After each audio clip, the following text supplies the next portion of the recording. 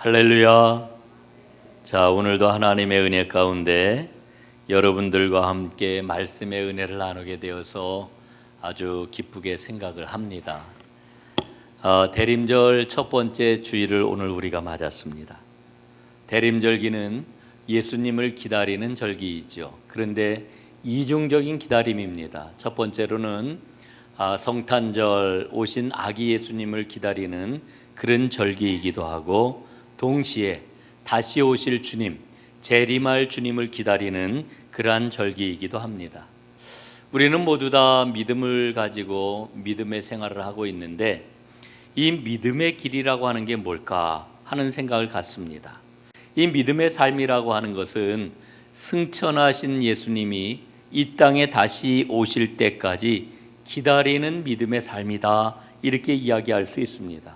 여러분, 대림절기는 기다림이 뭐냐라고 하는 것을 가장 잘 보여주는 그런 절기라고 이야기할 수 있습니다. 여러분, 믿음은 기다림이다, 오늘 제가 이렇게 말씀을 드렸는데, 또 이렇게도 말할 수 있습니다. 이 기다린다라고 하는 것은 믿음의 정체성을 잘 붙잡는 거다, 이렇게도 이야기할 수 있습니다. 강원도 저 최북단에 있는 고개가 있지요. 진부령이라고 하는 고개가 있는데, 그 진부령 정상에 선덜교회라고 조그마한 감리교회가 있습니다. 그곳에서 목회하는 정성옥 목사님은 제가 굉장히 좋아하는 후배 목사님인데, 이분에게는 자녀가 둘이 있습니다. 큰 딸은 마을에 있는 흘리 분교라고 하는 몇 명 되지 않는 그러한 그 학교에 다니고 있고, 작은 아들은 인제군 북면 용대리에 있는 어린이집에 다닙니다. 그러니까 아주 굉장히 멀리 다니는 거예요, 둘째 아이가. 그런데 하루는 어린이집에 다녀온 이 둘째가 엄마한테 이렇게 물었대요. 엄마는 베트남 사람이지? 이렇게 물었답니다. 그래서 깜짝 놀래가지고, 아니 엄마가 웬 베트남, 엄마는 대구 사람이야, 이렇게 얘기를 했대요. 나중에 알고 보니까 이 어린이집 아이가 다니고 있는 5, 6세 반 아이들이 모두 10명인데 그 중에 9명의 아이들이, 이 아이만 빼놓고 9명의 아이들이 베트남 여성, 엄마들이 베트남 여성이었던 거지요. 그래서 아이는 자기 엄마가 이 베트남 여자이기를 바랬는데 베트남 여자가 아니다, 이렇게 이야기를 하니까 굉장히 실망스러워 했다는 겁니다. 이 어린아이라는 그 마음속에는 자기 반 친구들이 모두 다 엄마가 베트남 사람이야 이야기하는 그 정체성을 함께 갖지 못한 것에 대한 그러한 그 서운함이 강하게 들었던 모양이었습니다. 여러분, 정체성이라고 하는 것은 우리 삶에 있어서 얼마나 큰 작용을 하는지 모릅니다. 여러분, 미국에 가면은 교민사회가 아주 굉장히 든든하게 지금 뿌리를 내렸는데, 이 미국 교민사회는 한인교회를 중심으로 존재하지요. 한인 디아스포라 사회에서 한인교회는 문화의 중심지요, 그리고 여론의 중심지 역할을 해왔습니다. 이와 같은 뿌리는 1903년으로 거슬러 올라가게 되는데, 한국 사람들이 최초로 미국에 이민을 갔던 것은 하와이에 있는 사탕수수 농장 노동 이민을 떠난 것이 첫 시발점이 되었습니다. 이때 이민자의 대부분은 인천 내리교회, 인천 내리감리교회의 교인들이었고, 또 교회를 통하여 자원을 한 사람들이 첫 이민자들이었다라고 하는 거죠. 이들이 하와이에 도착해서 제일 처음 한 일이 뭐였느냐 하면은 한인교회를 세우는 일과 한글 학교를 세우는 일이었습니다. 나중에 이 사람들 가운데서 미국 본토로 옮겨간 사람들이 있는데, 샌프란시스코로 옮겨가면서도 제일 먼저 했던 일이 바로 한인교회를 세우는 일이었습니다. 그리고 그 중에서 일부는 멕시코 유카탄으로 다 옮겨간 사람들이 있었는데, 이들 또한 유카탄에 가서 제일 먼저 한인교회를 세웠다고 그래요. 그리고 1921년도 약 300여 명의 우리 한인들이 쿠바로 다 옮겨갔습니다. 여러분, 쿠바에도 우리 한인들이 일찌감치 옮겨가서 살고 있었다는 거 많이 알려지지 않은 그런 그 이야기인데, 이 300여 명의 사람들이 쿠바로 옮겨가 가지고 그곳에서 맨 처음 한 일이 뭐였느냐, 그것도 역시 마찬가지였습니다. 한인교회를 세웠고 한글학교를 세웠다, 이렇게 전해지고 있습니다. 아마 이들은 한인교회와 이 한글학교를 통해서 우리가 한민족이라고 하는 것을 잊지 않았고, 그리고 한국인으로 당당하게 살 그날을 마음속에 그렸던 겁니다. 여러분, 오늘 성경 말씀을 보게 되면은 예수님께서 마지막 때에 이루어질 그와 같은 그런 그 말씀, 예언의 말씀을 이 누가복음 21장에서 우리에게 들려주고 계시는데, 이 말씀에 실질적으로 이루어진 큰 배경이 뭐냐면 주후 70년 예루살렘 성의 함락과 예루살렘 성전의 무너짐이었습니다. 여러분, 예루살렘 성전이 로마군의 침공을 받아가지고 주후 70년에 완전히 무너지게 되는 이와 같은 일이 일어나게 되지 않았습니까? 그래서 이 예루살렘은 아주 말할 수 없이 파괴가 되고 여기에 살고 있던 사람들은 다 뿔뿔이 흩어지게 되었는데, 여러분, 이때 예루살렘에 살고 있던 유대인들이 어떻게 되었을까요? 세계로 뿔뿔이 흩어졌습니다. 이 사람들이 바로 디아스포라라고 불려진 흩어진 유대인들이죠. 그런데 이때 유대인들이 예루살렘을 떠나면서 했던 일이 있습니다. 그게 뭐냐면은 바로 예루살렘 그 고향의 흙을 항아리에 담아 가지고 그 항아리를 고이 간직을 하고서 이 고향 땅을 떠났다라고 하는 겁니다. 그러면서 그들은 하나님께서 그 땅을 회복해 주실 것을 믿고 기다렸습니다.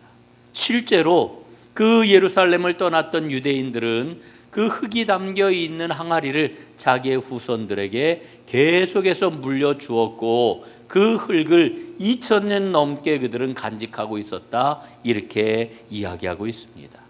여러분, 우리가 지금 대림절 신앙, 대림절기를 이제 맞고 있는데, 이 대림절 신앙의 핵심은 바로 기다리는 것입니다. 기다림이 바로 대림절 신앙의 핵심이다, 이렇게 이야기할 수 있는 거지요. 그러나 여러분, 기다리는 것은 깨어 있어야 가능한 겁니다. 그러므로 대림절 신앙의 핵심은 뭐냐 하면 깨어 있는 것입니다. 여러분, 우리가 이 대림절기를 4주간을 보내게 되는데, 대림절기의 전반부는 종말론 신앙을 강조를 합니다. 오실 그리스도를 기다리는 이와 같은 믿음에 초점을 맞추고요.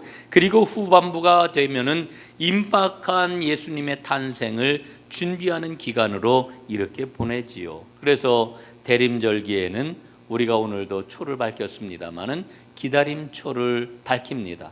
모든 4개의 그러한 그 기다림초를 밝히게 되는데, 이 4개의 초는 모두 구약의 4000년을 의미하는 그러한 그 초로 이렇게 생각을 합니다.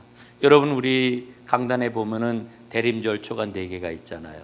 이 5개가 지금 있습니다만은 가운데 커다란 흰색 초는 성탄초입니다. 저거는.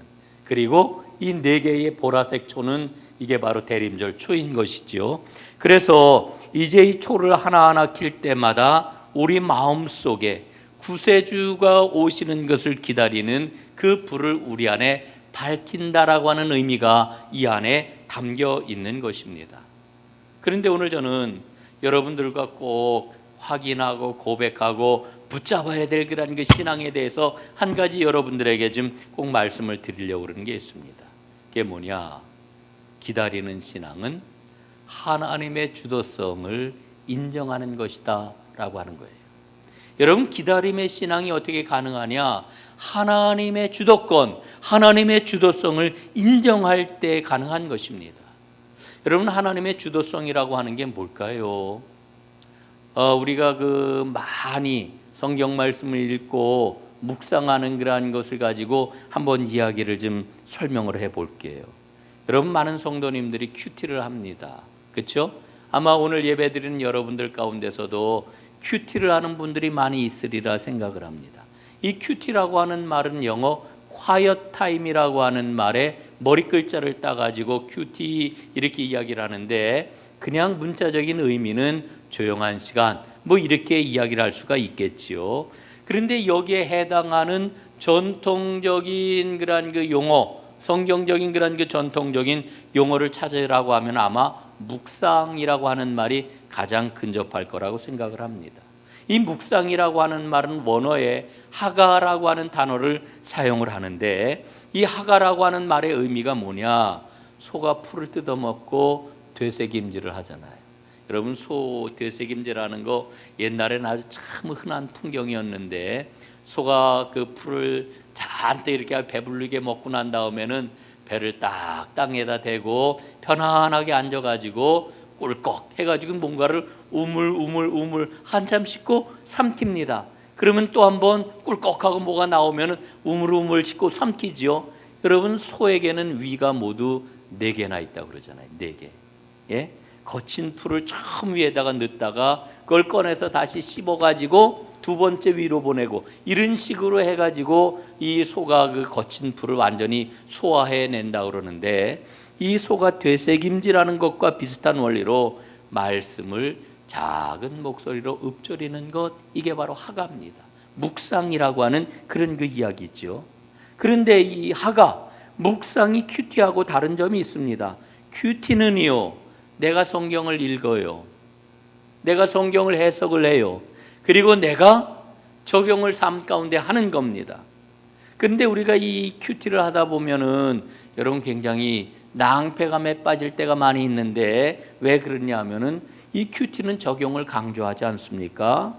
이 적용을 강조하다 보니까 제대로 실천하지 못하는 그런 그 일들이 너무 자주 너무 많이 생겨나는 거예요. 그래서 우리는 이 실천이라고 하는 열매를 맺지 못해 가지고 큐티를 하다가 지치기도 하고 큐티를 하다가 낭패감에 빠져버리기가 참 쉽습니다.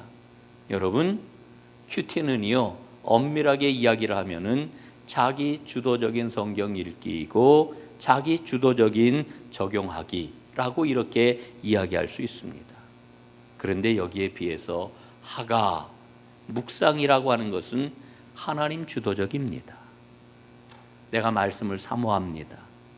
그래서 말씀을 읊조립니다. 그러면 주님께서 나에게 임하여 나를 어루만져 주시는 거예요. 나를 위로해 주시는 거예요. 나에게 은혜를 베푸시는 거예요. 나에게 깨달음을 주시는 거예요. 그래서 묵상을 하면 할수록 하나님과의 교제는 점점 더 친밀해지고 하나님이 허락해 주시는 만족감이 내 안에 넘쳐나게 되는 거지요.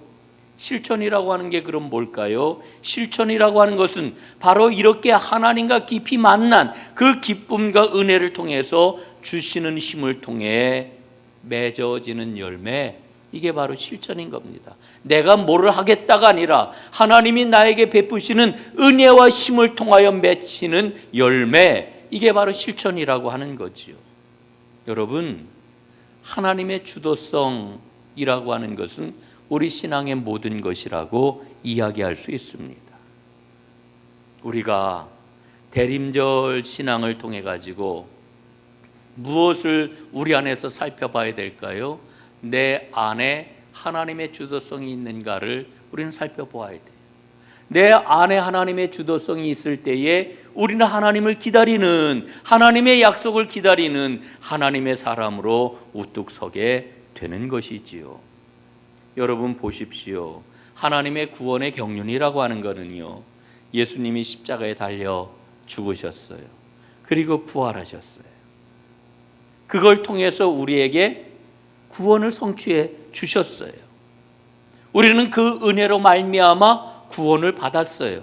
이미 우리에게는 구원이 임하였다라고 하는 그런 그 이야기죠. 그러나 그 구원은 장차 우리 예수님이 다시 오셔가지고 완성이 될 구원의 그러한 그 역사, 예?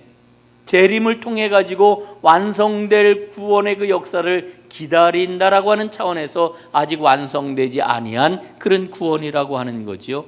그래서 여러분, 우리의 믿음은 이미 성취된 구원과 아직 완전하게 이루어지지 않은 구원 사이에 어느 곳에 우리는 위치해 있는 거지요. 그래서 우리의 모습은 뭐냐? 이미와 아직 사이를 살아가는 사람. 이걸 베드로 사도는 뭐라고 그래요? 나그네라고 이렇게 이야기를 합니다. 필그림. 예? 우리의 정체성이 뭐냐? 이미와 아직 사이를 살아가는 하나님 나라를 향한 나그네의 삶, 이게 바로 오늘 우리의 정체성이라고 하는 겁니다. 여러분, 우리는 이 이미와 아직 사이를 걷는 긴장감을 가지고 순례자의 길, 나그네의 길을 잘 걸어가야 합니다. 잘 걸어가는 사람은 어떤 사람이냐? 잘 기다리는 사람이에요. 잘 기다리는 사람이 잘 걸어가는 사람이다, 이렇게 이야기를 할 수가 있는 거지요. 여러분, 성경 말씀을 보게 되면은 수많은 사람들의 기다림을 통해 가지고 이 사실을 우리에게 일러주고 계십니다. 여러분, 아브라함을 한번 보세요. 하나님께서 아브라함에게 약속하셨잖아요. 내가 너로 큰 민족을 이루리라. 예? 여러분, 큰 민족을 이루기 위해서는 반드시 아들을 낳아야 되는 거 아니에요? 그런데 아브라함에게 그 약속을 하셨지만 하나님이 아브라함에게 아들을 주시기까지 몇 년이 걸렸습니까? 25년이라고 하는 아주 기나긴 시간이 걸렸어요. 아브라함이 기다렸어요, 25년. 그럼 아브라함이 25년 동안 잘 기다렸느냐? 잘 기다리지 못했어요. 엄청나게 많이 고민했고 흔들렸고 그의 믿음이 왔다 갔다 했고, 이런 거 우리가 보아요. 여러분, 아브라함이 하나님이 아들을 안 주시니까 어떻게 해요? 내 종 엘리에셀이 내 후계자가 되어야 되겠구나, 이런 그 생각을 하기도 했고요. 인간적인 방법으로 아들을 얻기 위해서 어떻게 했어요? 여종 하갈을 통해 가지고 이스마엘을 낳지 않았습니까? 이런 모습을 통해 아브라함이 엄청나게 힘들고 어려운 그러한 그 고민의 나라를 보냈구나라고 하는 것을 우리는 알게 됩니다. 근데 중요한 것은 아브라함이 우여곡절 끝에 기나긴 기다림의 시간을 마무리하고 아들 이삭을 얻었다라고 하는 거죠. 우리는 이 사실을 통해서 무엇을 발견합니까? 하나님께서는 약속하신 것을 반드시 이루시는 분이라고 하는 것을 우리는 깨닫게 되는 거지요. 여러분 보세요. 하나님은 약속하신 것을 반드시 이루시는 신실하신 분이라고 하는 것이 여러분 오늘 우리 믿음 생활, 우리 기다림의 보증이 되는 거예요. 보증, 틀림없는 보증. 여러분, 주머니에 10,000원짜리가 있다, 50,000원짜리가 있다. 얼마나 소중하게 간직합니까? 최우선적으로 내 호주머니에 있는, 내 지갑에 있는 것 가운데 아마 그 돈을 제일 우선적으로 여러분 챙길 거예요. 왜? 그 돈이 50,000원짜리인데, 예? 이 돈이 10,000원짜리인데. 여러분, 근데 사실 생각해 보면은 그 50,000원짜리 돈이라고 그러는 게 뭐예요? 종이 쪼가리잖아요. 종이 쪼가리. 정교하게 인쇄된 종이 쪼가리. 얼마만큼 정교하게 인쇄가 됐어요? 다른 사람이 복제하지 못할 정도로 정교하게 인쇄된 종이 쪼가리란 말이죠. 그걸 왜 우리가 소중하게 생각을 합니까? 거기에 50,000원이라고 하는 50,000원어치의 가치를 부여해주는 한국은행 발행권이기 때문에 그래요. 한국은행이 보증을 해주기 때문에. 예?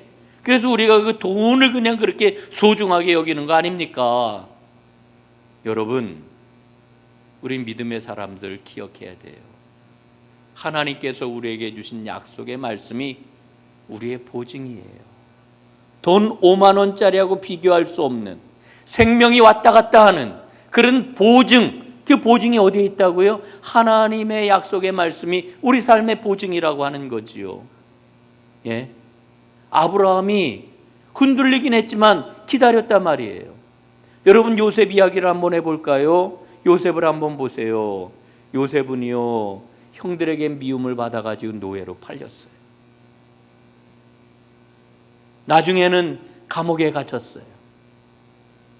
여러분, 노예로 팔린 것도 기가 막힌데 감옥 안에 갇혀 있을 때 어떠했을까요? 요셉의 마음.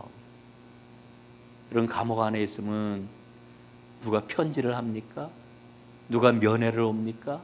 누가 사식을 넣어줍니까? 그냥 깜깜절벽이에요. 앞이 전혀 보이지 않아요. 완전 절망적인 그런 그 상황인데 요셉이 13년을 견뎌냈어요. 어떻게 견뎌냈을까? 우리는 그 답을 어디에서 얻어요? 예? 나중에 요셉이 형들을 만나 국무총리가 되고 나서 이렇게 이야기를 하잖아요. 예? 근심하지 마소서, 두려워하지 마소서, 나를 이곳에 보내신 이는 하나님이십니다. 예? 당신과 당신의 가족들, 우리 식구들을 살리려고 나를 먼저 이곳에 보내셨습니다. 여러분, 요셉이 늘 마음속에 무엇을 보증 삼아 그 어려움을 견뎠다는 걸 알 수 있어요? 하나님을 보증 삼아 그 감옥 생활, 노예 생활을 끝까지 견뎌냈구나, 우리가 발견하는 것 아니겠습니까? 사랑하는 여러분, 믿음은 기다림입니다. 우리는 모두 기다리는 사람입니다. 기다리는 사람이에요. 여러분, 그런데 기다리다 보면은 여러분 두려움에 빠질 때가 있어요. 의심에 빠질 때가 있어요. 이게 정말 맞나? 여러분, 그럴 때 하나님이 뭐라고 그러실까요? 아브라함이 두려움에 빠졌을 때 이렇게 말씀해 주셨어요. 창세기 15장 1절. 아브라함아 두려워 말라, 내가 너의 방패요 내가 너의 큰 상급이니라.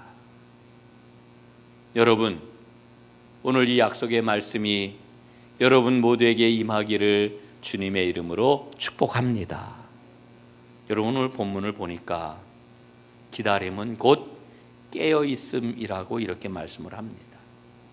깨어있다라고 하는 것은 믿음 생활의 모든 것이요, 깨어있지 않으면은요 마음이 둔해집니다. 마음이 둔해져요. 우리가 흔히 그런 말 하잖아요. 얼굴이 멀어지면 마음도 멀어진다. 이게 둔해지는 거예요.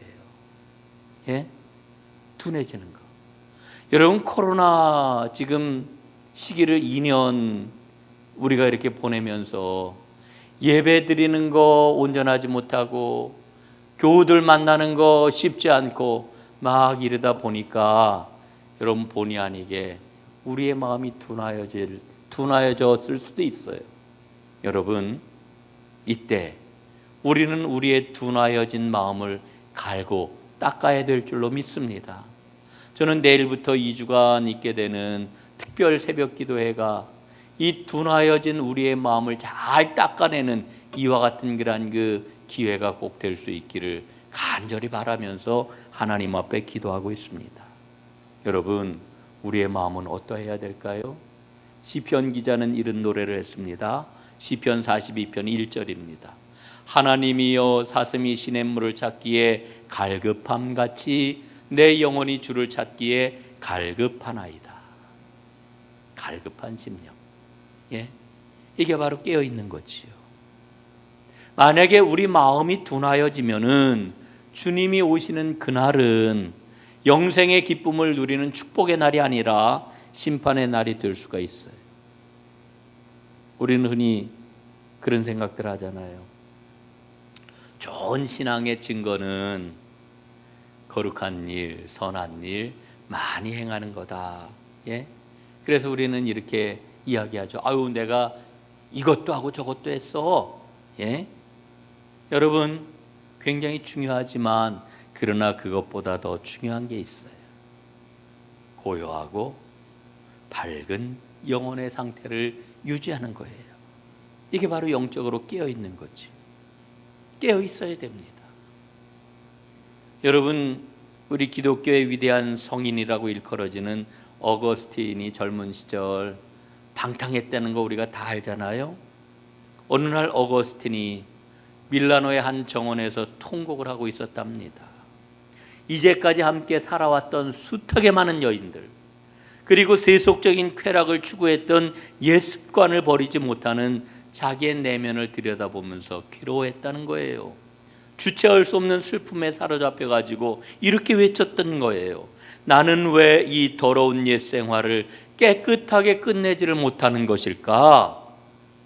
이렇게 통곡하고 있었는데 그때 어디에선가 노래소리가 들려왔습니다. 톨레레게, 톨레레게. 이 톨레레게라고 하는 게 뭐냐 하면은 집어들고 읽어라 하는 그런 그 뜻입니다. 이 톨레레게라고 하는 노랫소리를 듣는 그때 이 어거스틴의 마음속에 어떤 마음이 들었느냐 하면은 이 아이들의 노랫소리가 마치 하나님께서 주시는 명령처럼 이렇게 느껴졌던 거예요. 그래서 어거스틴은 성경책을 펴들고 바울 서신 로마서에서 제일 먼저 눈에 띄는 곳을 읽었답니다. 그 말씀이 바로 어디냐? 로마서 13장 말씀이에요. 한번 보십시다. 너희가 이 시기를 알거니와 자다가 깰 때가 벌써 되었으니 이는 이제 우리의 구원이 처음 믿을 때보다 가까웠음이라. 밤이 깊고 낮이 가까웠으니 그러므로 우리가 어둠의 일을 벗고 빛의 갑옷을 입자. 낮에와 같이 단정히 행하고 방탕하거나 술 취하지 말며 음란하거나 호색하지 말며 다투거나 시기하지 말고 오직 주 예수 그리스도로 옷 입고 정욕을 위하여 육신의 일을 도모하지 말라. 여러분, 깨어있는 삶은 그리스도로 옷을 입는 겁니다. 그리스도로 옷을 입는다라고 하는 것은 전적으로 주님께 결정권을 맡기는 거예요. 여러분, 우리 믿음 생활, 우리가 믿음 생활하면서요, 아직도 내가 주인이 되어가지고 아직도 나의 요구가 믿음 생활의 모든 거라고 생각을 한다라면 우리는 얕은 물가에서 한 발자국도 물속으로 들어가지를 못하고 머물러 있는 그런 신앙의 자리에 있을 것입니다. 여러분, 믿음은요, 내가 나의 주인이 아니라 주님이 나의 주인이십니다. 결정권을 주님께 내어드리는 것, 이게 진정한 믿음의 길이에요. 진정한 믿음의 길. 주님 말씀하시면 내가 가겠나이다. 주님 말씀하시면 내가 멈추겠나이다. 우리 찬양하잖아요. 여러분, 결정권을 지금 누가 갖고 있나요? 내가 나의 결정권을 갖고 있나요? 아닙니다. 주님이 결정권을 가지셔야 됩니다. 그게 바로 그리스도로 옷을 입는 겁니다. 여러분, 이 회개라고 하는 말은 영적으로 풀이하면은 깨어진다라고 하는 겁니다. 거짓 자아가 부수어진다라고 하는 것을 말하는 것입니다. 여러분, 깨어 있다라고 하는 말은 깨어지다라고 하는 말과 어원이 같아요. 한국말입니다. 한국말 깨어 있다라고 하는 말은 깨어지다라고 하는 말과 어원이 같아요. 깨어지지 않고서는 깨어 있을 수가 없어요. 깨어 있는 것은 회개하는 건데 깨어지지 않고서는 우리는 진정으로 회개할 수가 없는 거지요. 사랑하는 여러분, 깨어 있는 마음이 살아있는 마음입니다. 우리 주님은 이미 오셨고요. 우리 주님은 오고 계시고요. 우리 주님은 오실 주님이십니다. 그 주님을 맞이하는 절기가 대림절기입니다. 주님을 우리 안에 온전히 모셔드리는 축복의 대림절이 다 될 수 있기를 주님의 이름으로 축원합니다. 기도하겠습니다. 아버지 하나님, 고맙습니다. 이렇게 대림절기에 깨어 주님을 앙망할 수 있는 믿음을 다시 한번 붙잡게 해주시니 고맙습니다. 주님이 이제 오셔서 우리 삶 가운데 펼치실 그 아름다움을 기대하며 나의 결정권을 주님 앞에 다 내어놓는 그리스도로 옷 입는 진정한 기다림의 역사가 우리 삶에 가득 넘치도록 축복하여 주시옵소서. 예수님 이름으로 기도드리옵나이다. 아멘.